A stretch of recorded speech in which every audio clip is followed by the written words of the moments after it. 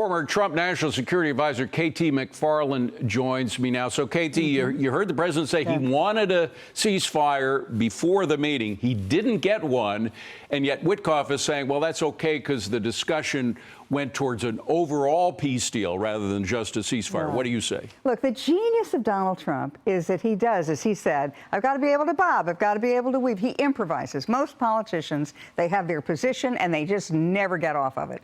President Trump has position A, and if that doesn't work, then B, and then we go on to C and D. And so he's constantly improvising his way to get to what he wants, which is a peace agreement. So the ceasefire, I mean, that's nice. It would be something to point to. But if he thinks he can get a deal, that's a far more important thing, and he can get it quickly. And the other thing that was so important is what Marco Rubio said about security guarantees, what kind of security guarantees. That's the whole game, is if the Europeans, the United States say, okay, we're going to guarantee this, whatever the final agreement is, whoever gets to keep which land and under which circumstances, if there's a guarantee, that means Russia doesn't invade again. But how? How do you guarantee? Of course, the Europeans want Ukraine to come into NATO.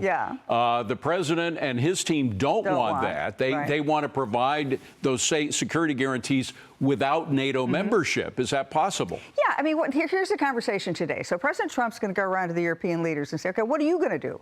What are you going to do? What's your contribution here? How are you going to put a security guarantee? Oh, by the way, would you guys like to stop buying Russian energy?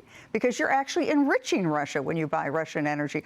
Russia's using that money to buy weapons. So let's have that on the table. By the way, that also connects with China. And a lot of people are saying you should look at the Ukrainian situation with regard to how the president wants to deal with that relationship that China's built with Russia. He wants to break that relationship off. Is that part of his overall agenda that a lot of people aren't seeing? This is five-dimensional chess. And what President Trump knows is he wants to end this, but he wants to stay in good relations with Russia, right? Because he wants to put a wedge between Russia and China. He could end this, but he would by crippling the Russian economy, for example. But then Russia's a sworn enemy and is in the arms of China. On the other hand, he has to do it in such a way that he protects Ukraine. So Trump is trying to thread the needle. I want to have good relations with Ukraine when this is done. I want to have good relations with Europe, and I want to have good relations with Russia. Because at the end of the day, the real game is China. You agree, Jason? Oh, totally agree. And I've also learned a long time ago to never disagree with KT McFarland, so I'm smart enough to do that.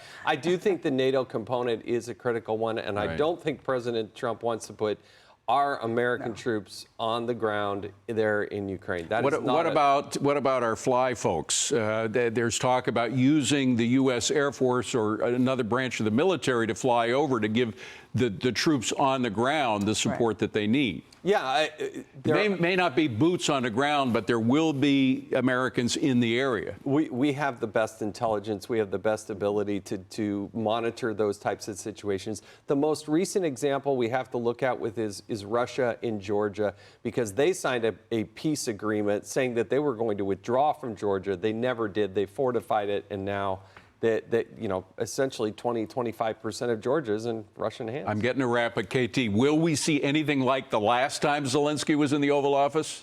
Oh, I think stay tuned. Who knows? Get your popcorn. It's going to be exciting. That's a good tease. Because they'll be bobbing and weaving. Yeah, it's going to be very interesting. Thank you. Thank you very much, KT.